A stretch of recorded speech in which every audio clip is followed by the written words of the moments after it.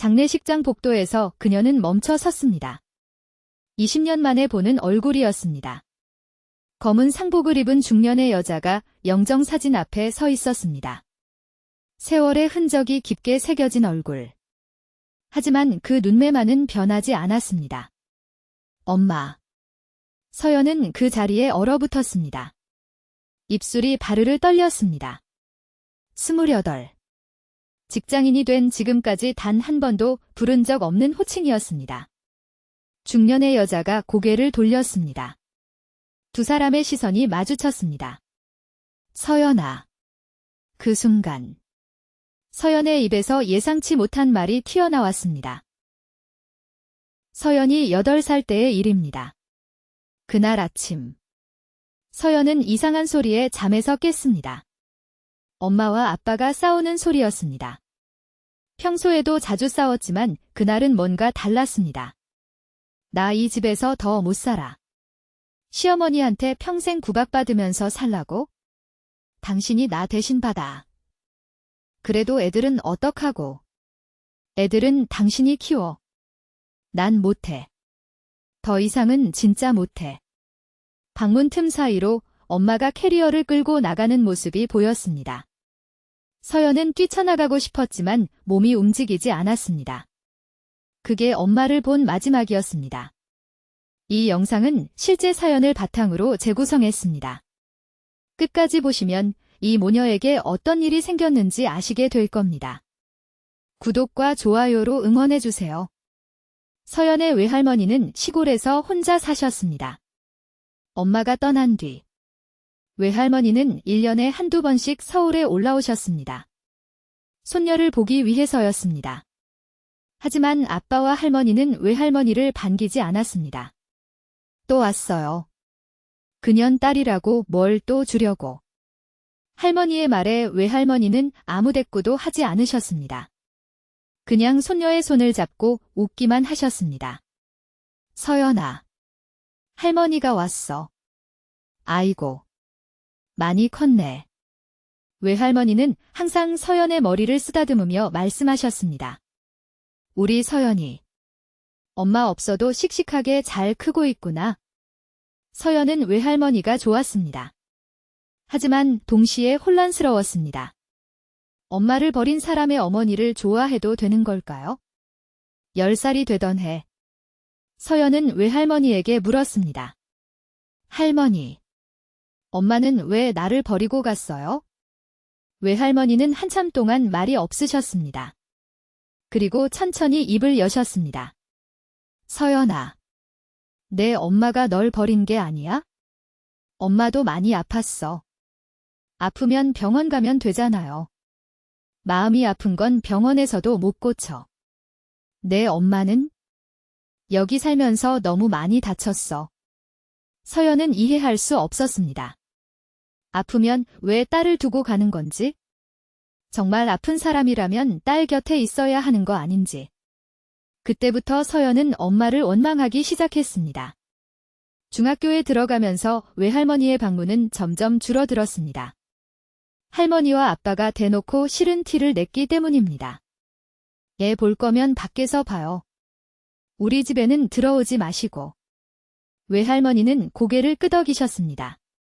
그리고 학교 앞에서 서연을 기다리셨습니다. 서연아. 할머니야. 밥 먹었어? 서연은 외할머니를 피하기 시작했습니다.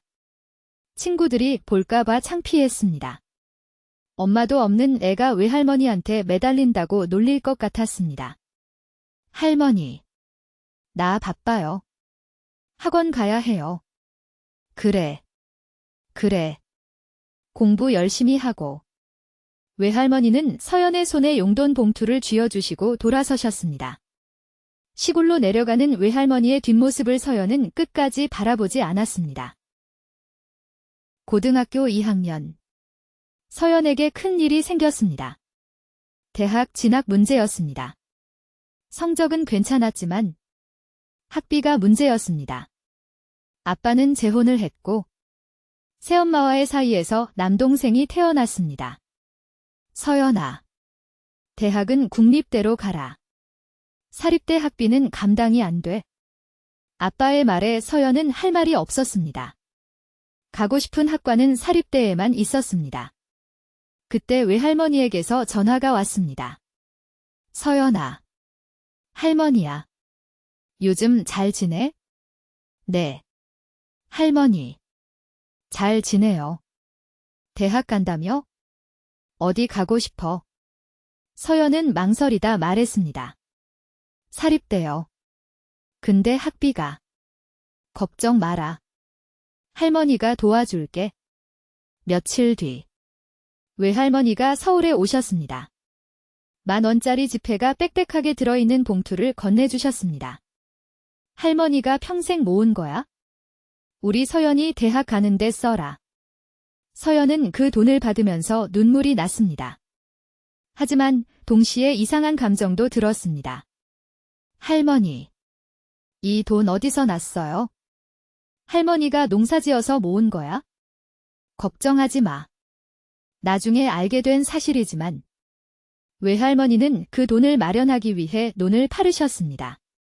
평생 농사짓던 논이었습니다. 서연은 그 사실을 알고도 모른 척했습니다. 알면서도 그냥 받았습니다. 대학에 들어간 뒤 서연은 바빠졌습니다. 아르바이트와 학업을 병행하느라 외할머니에게 연락할 시간이 없었습니다. 아니, 시간이 없었던 게 아니라 연락하기가 싫었습니다. 외할머니를 볼 때마다 엄마 생각이 났기 때문입니다.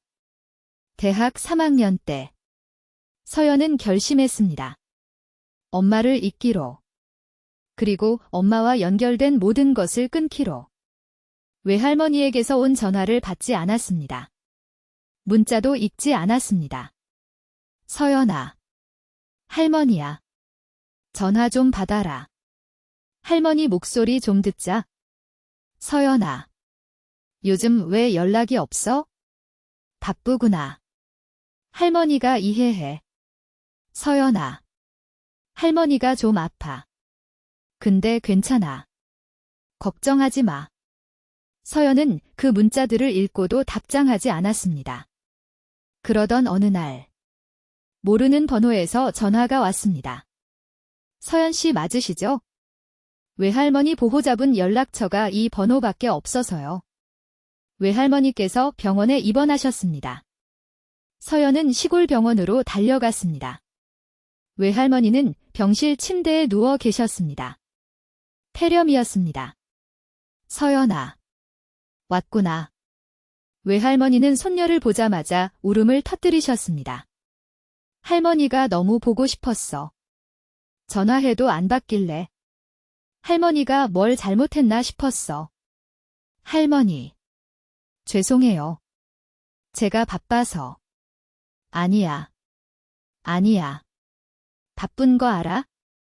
젊은 사람들 다 바쁘지. 외할머니는 서연의 손을 꼭 잡으셨습니다. 서연아. 할머니가 부탁 하나만 할게. 네. 할머니.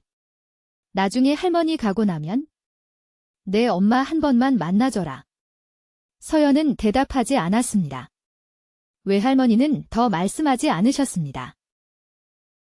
대학을 졸업하고 서연은 취직했습니다.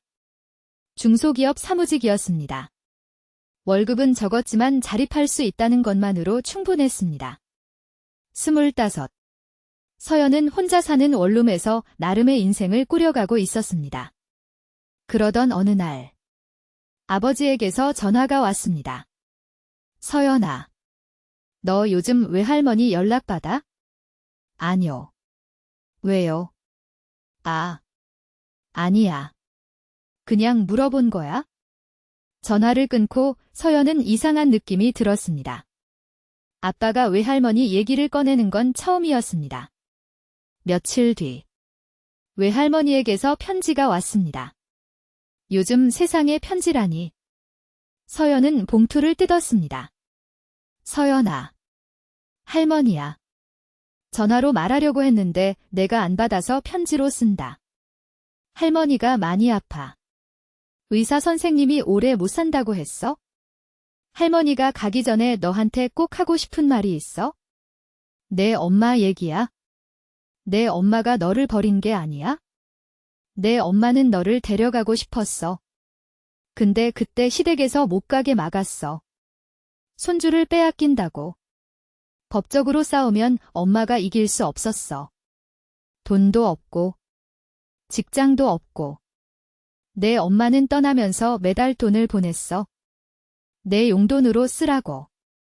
근데 그 돈이 내한테 갔는지는 할머니도 몰라.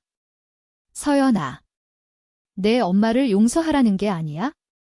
그냥 진실은 알아야 할 것 같아서. 사랑한다. 서연아. 서연은 편지를 읽고 멍해졌습니다. 엄마가 돈을 보냈다고? 매달. 아빠에게 전화했습니다. 아빠. 엄마가 나한테 용돈 보낸 적 있어요?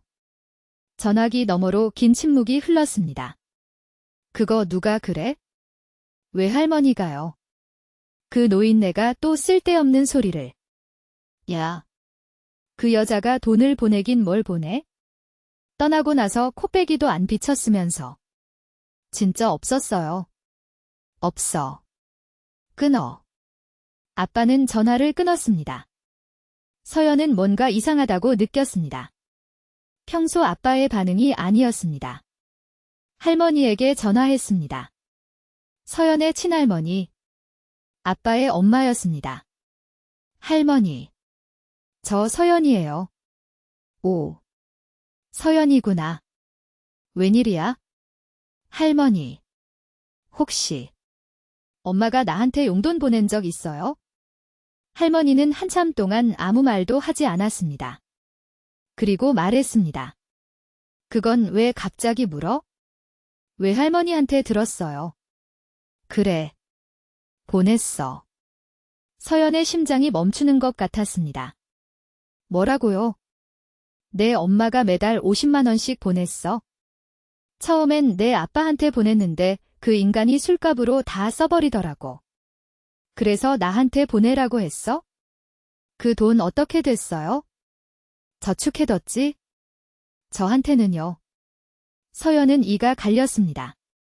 엄마가 보낸 돈이 단 한 푼도 자신에게 오지 않았던 겁니다. 서연은 시골 병원으로 달려갔습니다. 외할머니의 병세가 급격히 나빠졌다는 연락을 받았습니다. 병실에 들어서자 외할머니가 눈을 떴습니다. 서연아. 왔구나. 할머니. 왜 이렇게 됐어요? 진작 얘기하시지. 말해봤자 뭐해. 넌 바쁜데. 서연은 침대 옆에 앉았습니다. 외할머니의 손을 잡았습니다. 마른 나뭇가지 같았습니다. 할머니. 편지 받았어요. 엄마가 돈 보냈다는 거? 응. 알아. 친할머니한테 물어봤어요. 저한테 한 푼도 안 왔대요. 외할머니는 긴 한숨을 내쉬셨습니다. 알고 있었어. 네. 내 엄마가 알아? 그래서 더 속상해했어. 자기가 보낸 돈이 딸한테 안 가고 있다는 걸 알면서도 계속 보냈어. 혹시나 하는 마음에? 엄마가. 알고 있었어요. 응. 내 엄마가 몇 번 찾아갔었어. 너 보러. 근데 내 아빠랑 시어머니가 문전박대했대. 서연의 머릿속이 복잡해졌습니다. 그동안 믿고 있던 것들이 무너지는 느낌이었습니다. 엄마가 왜 나한테 직접 연락 안 했어요? 무서웠대. 내가 자기를 미워할까봐. 그리고 시댁에서 협박했어. 애한테 연락하면 고소한다고. 고소요. 접근 금지 어쩌고 했대. 그때 내 아빠가 양육권 갖고 있었으니까. 서연은 머리를 감싸 쥐었습니다. 20년 동안 엄마를 원망해왔습니다. 나를 버리고 간 엄마? 한 번도 찾아오지 않은 엄마? 돈 한 푼 보내지 않은 엄마? 그 모든 게 거짓이었습니다. 할머니. 엄마 지금 어디 있어요? 부산에 있어? 연락처 알아요. 외할머니는 고개를 저으셨습니다. 할머니도 몇 년째 연락 못했어. 내 엄마가 먼저 끊었어. 왜요? 자기 때문에 할머니가 고생한다고. 시댁에서 할머니한테도 연락하지 말라고 했나 봐. 서연은 눈물이 났습니다. 엄마가 어디 있는지도 모른다니. 할머니. 저 엄마 찾을 수 있을까요? 외할머니는 서연의 손을 꼭 쥐었습니다. 찾아라. 찾아서 한 번만 만나봐라. 그게 할머니 소원이야. 그날 밤. 외할머니는 잠들 듯이 눈을 감으셨습니다. 그리고 다시 깨어나지 않으셨습니다. 장례식 준비를 하면서 서연은 정신이 없었습니다. 친척이라고는 없었습니다. 외할머니는 혼자 사셨고 딸인 서연의 엄마는 연락이 되지 않았습니다. 장례식장에 외할머니를 모시고 서연은 홀로 빈소를 지켰습니다. 장례식 이틀째 저녁이었습니다. 조문객이 끊긴 빈소에서 서연은 영정사진을 바라보고 있었습니다. 그때 입구에서 인기척이 났습니다. 고개를 돌렸습니다. 검은 상복을 입은 중년의 여자가 서 있었습니다. 서연은 그 얼굴을 알아봤습니다. 20년이 지났지만 잊을 수 없는 얼굴이었습니다. 엄마. 중년의 여자. 서연의 엄마가 멈춰 섰습니다. 서연아. 두 사람은 한동안 서로를 바라보기만 했습니다. 엄마의 눈에 눈물이 고였습니다. 커서. 이렇게 컸구나. 서연의 입에서 말이 튀어나왔습니다. 늦었네요. 엄마의 표정이 굳었습니다. 뭐? 외할머니 돌아가셨는데 이제야 왔냐고요? 나도 오늘 연락받았어. 어머니가 돌아가셨다고. 왜요? 연락처 바꿨어요. 친딸한테도 연락 안 되게? 엄마는 고개를 숙였습니다. 어머니가 내 번호 삭제하셨어. 내가 연락 끊어달라고 했거든. 왜요? 내 때문에 어머니가 고생하니까? 시댁에서 어머니한테까지 뭐라고 했거든. 서연은 비웃었습니다. 엄마가 맨날 하는 말이 그거네요. 누구 때문에? 그래서 나도 버렸어요. 내 때문에 힘드니까? 서연아. 나 너 버린 거 아니야? 그럼 뭐예요? 20년 동안 연락 한 번 없었잖아요. 연락하고 싶었어. 매일매일 하고 싶었어. 근데요. 엄마의 목소리가 떨렸습니다. 무서웠어. 내가 나 미워할까봐. 찾아가면 너한테 상처 줄까봐. 그래서요. 그래서 아예 없는 사람처럼 산 거예요? 미안해. 미안하면 다해요. 서연은 20년 동안 참았던 말들을 쏟아냈습니다. 엄마가 떠나고 나서 얼마나 힘들었는지 알아요. 아빠는 술 마시고 맨날 화풀이하고 할머니는 엄마 욕하면서 나한테 팔자가 그 모양이라고 하고 학교에서는 엄마 없는 애라고 놀리고 서연아. 근데 엄마는요? 그 와중에 어디서 뭐 하고 살았어요? 새 인생 찾았어요. 새 가족 만들었어요. 엄마는 아무 말도 하지 못했습니다. 그냥 울고만 있었습니다. 서연도 울었습니다. 화가 나서 우는 건지, 슬퍼서 우는 건지, 그리워서 우는 건지 모르겠었습니다. 나가요. 뭐? 나가라고요. 외할머니 장례식에 엄마가 왜 와요? 20년 동안 효도도 안 하다가. 엄마는 한참을 서 있었습니다. 그리고 천천히 돌아섰습니다. 그래. 나갈게. 근데 하나만 알아줘. 뭔데요? 나 너 한 번도 잊은 적 없어. 매일 내 생각했어? 매일 미안했어. 엄마는 빈소를 나갔습니다. 서연은 주저앉아 울었습니다. 장례식이 끝나고 서연은 외할머니 집을 정리하러 갔습니다. 시골의 작은 집이었습니다. 혼자 사시던 곳답게 물건이 많지 않았습니다. 하지만 한쪽 방에서 서연은 상자 하나를 발견했습니다. 상자 안에는 편지들이 가득했습니다. 누렇게 바랜 봉투들. 서연은 하나를 꺼내 읽었습니다. 어머니. 저 현정이에요. 오늘 서연이가 초등학교에 입학했다고 들었어요. 사진 보고 싶어요. 학교 잘 다니고 있대요. 친구들이랑 잘 지내요. 저는 부산에서 일하고 있어요. 식당에서 설거지하고 있어요. 돈 모아서 서연이 학비 보낼 거예요. 어머니. 서연이한테 엄마가 보고 싶다고 전해주세요. 사랑한다고. 절대 버린 거 아니라고. 서연은 다음 편지를 꺼냈습니다. 어머니. 저 현정이에요. 오늘 서연이 중학교 입학했다고요? 정말요? 벌써 그렇게 컸어요. 시댁에서 또 협박했어요. 서연이 근처에 얼씬거리면 경찰에 신고한다고. 저는 무서워서 못 가겠어요. 어머니. 죄송해요. 대신 돈이라도 보낼게요. 서연이가 필요한 거 사주세요. 어머니가 대신 줬다고 하셔도 돼요? 엄마 돈이라고 하지 않아도 돼요? 편지는 수십 통이었습니다. 20년 동안 쓴 편지들. 서연이가 고등학생이 됐다고요? 사진 보내주셔서 감사해요. 많이 예뻐졌네요. 저 닮은 것 같기도 하고.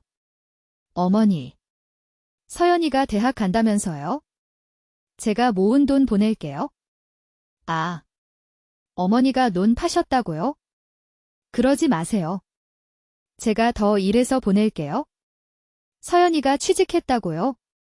다행이에요. 이제 혼자서도 잘 살겠네요. 저는 이제 편지 그만 쓸게요. 제가 계속 끼어들면 서연이한테 짐이 될 것 같아요. 마지막 편지의 날짜는 3년 전이었습니다. 어머니.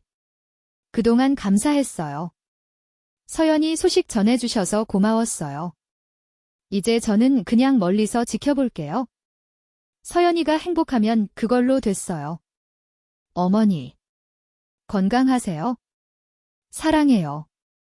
서연은 편지들을 끌어안고 울었습니다. 엄마가 20년 동안 외할머니에게 편지를 쓰고 있었습니다. 딸 소식을 물으며, 돈을 보내며, 사랑한다고. 상자 바닥에서 작은 노트가 나왔습니다. 외할머니의 일기장이었습니다. 오늘도 현정이한테서 편지가 왔다. 서연이 사진 보내달라고. 내가 몰래 찍어서 보냈다. 현정이가 좋아하더라. 서연이는 현정이를 미워한다. 엄마를 버린 여자라고. 하지만 현정이는 버린 게 아니다. 빼앗긴 거다. 난 그걸 안다. 근데 서연이한테 말할 수가 없다. 말해봤자 믿지 않을 것 같다. 나는 곧 죽는다. 죽기 전에 둘이 만났으면 좋겠다. 제발. 서연은 일기장을 덮었습니다. 그리고 휴대폰을 들었습니다. 장례식장에서 엄마가 남기고 간 명함이 있었습니다. 부산의 작은 식당 주소였습니다. 서연은 그 번호로 전화를 걸었습니다. 일주일 뒤. 서연은 부산에 있었습니다. 명함에 적힌 주소는 작은 골목 안 허름한 식당이었습니다. 간판에는 현정인의 백반이라고 적혀 있었습니다. 안으로 들어갔습니다.